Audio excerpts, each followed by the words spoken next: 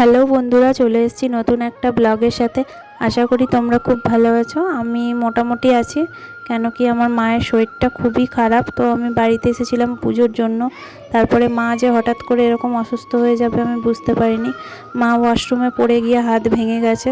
তো যাচ্ছি দেখো ডাক্তারখানায়। তো আমার বাড়ির কাছে দেখো এই বিড়লা মন্দিরটা, রাধাকৃষ্ণর মন্দির, খুব সুন্দর সুন্দর আমার বাড়ির কাছে ঘোরার জায়গা আছে, একটা হ্যাঙ্গিং ব্রিজ আছে, খুব সুন্দর।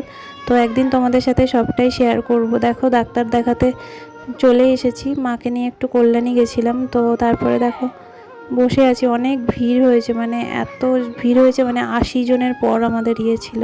তো তারপরে ডাক্তার দেখানো হয়ে গেল, তো ওষুধ নিয়ে নিলাম। তারপর মা বললো একটুখানি আখের রস খাবো, তো আখের রস মাকে কিনে দিলাম। আমি আখের রস খুব একটা খাই না। তারপরে বিরিয়ানি নিয়ে নিলাম আমার জন্য। তারপর চলে এলাম বাড়ি। ভিডিওটা যদি ভালো লেগে থাকে লাইক কমেন্ট শেয়ার করে দিও। Tata, by.